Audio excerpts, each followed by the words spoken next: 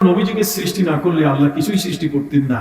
এটা কোরআন হাদিসের কোথায় আছে? এক হুজুর বলেছেন কিয়াম করে নাকি বেদাত জানতে চাই। মৌলভী বলেছেন উজু ছাড়া নাকি কোরআন ধরতেও পারবে পড়তেও পারবে বিধর্মী হিন্দুরা।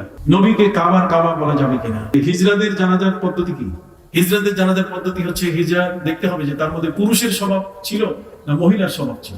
যদি পুরুষের স্বভাব হয় তাহলে পুরুষ মনে করে জানাজা দিতে হবে। কথা বুঝেন নাই? যেমন হিজরাদের অংশীদার হওয়ার ক্ষেত্রে বলা হয়েছে যদি পুরুষালী ভাব থাকে, এটা কয়েক প্রকার থাকে হিজরা। একদল হিজরা আছে এরা পুরুষের মতো পুরুষালী ভাব, মহিলাদের ভাব তেমন থাকে না, তাহলে এদেরকে পুরুষ মনে করে তাদের অংশ দিতে হবে। আর যদি মহিলাদের ভাব থাকে তাহলে মহিলা মনে করে তাদেরকে কি দিতে হবে? অংশ। ঠিক ওইভাবে মারা গেলে তার জানাজা করতে হবে পুরুষ অথবা মহিলা মনে করে, যেদিকে তাদের ভাবটা কি হবে? বেশি হবে। যদি পুরুষালী ভাব বেশি হয় তাহলে পুরুষ মনে করে তাকে কি দিতে হবে? জানাজা দিতে হবে।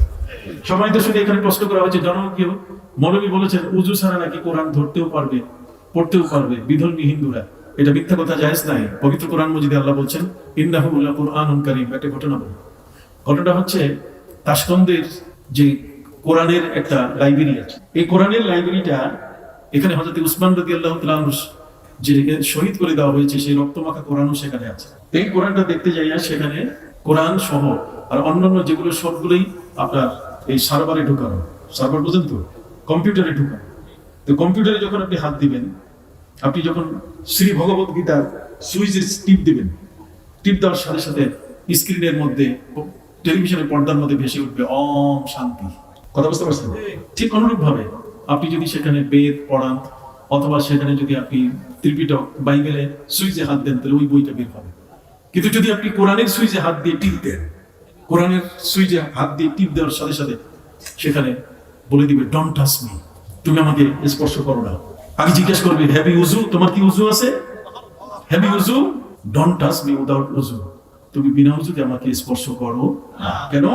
ইন্নাহু লাকুরআনুন কারীম ফি কিতাবিন মাকনুন লা ইয়ামাসসুহু ইল্লাল মুতাহহারুন। আল্লাহ বলেন এটি হচ্ছে অনারেবল কোরআন, এটা সম্মানীয় একটি গ্রন্থ, অতএব বিনা উযুতে এটা স্পর্শ করা যাবে না। কাজে হিন্দু এবং বিধর্মী তো দূরের কথা, কোন মুসলমানও বিনা উযুতে স্পর্শ করতে পারবে না। আর যারা মহিলারা অসুস্থ তারাও পারবে না, বরং তারা যদি দোয়াগুলো পড়তে চায় তাহলে খন্ড খন্ড করে পড়তে পারবে। নবীকে কাবা বলা যাবে কিনা? কাবা তো আমি আগেই বললাম যে কাবার চেয়েও নবীর মর্যাদা কি বেশি। কাবা তাকে বলতে কোনো অসুবিধা নাই। এক হুজুর বলেছেন কিয়াম করে নাকি বেদাত জানতে চাই। বেদাত এখন বলবেন তার দাঁত কয়টা আছে? কতক্ষণ বেদাত বলতে বলতে সব দাঁতগুলো উঠাই দিয়েছে, কোনো দাঁতই তারা রাখতে চায় না। আসলে কিয়াম, আমি একটা ছোট্ট টোটকা বলি, মনে রাখবেন।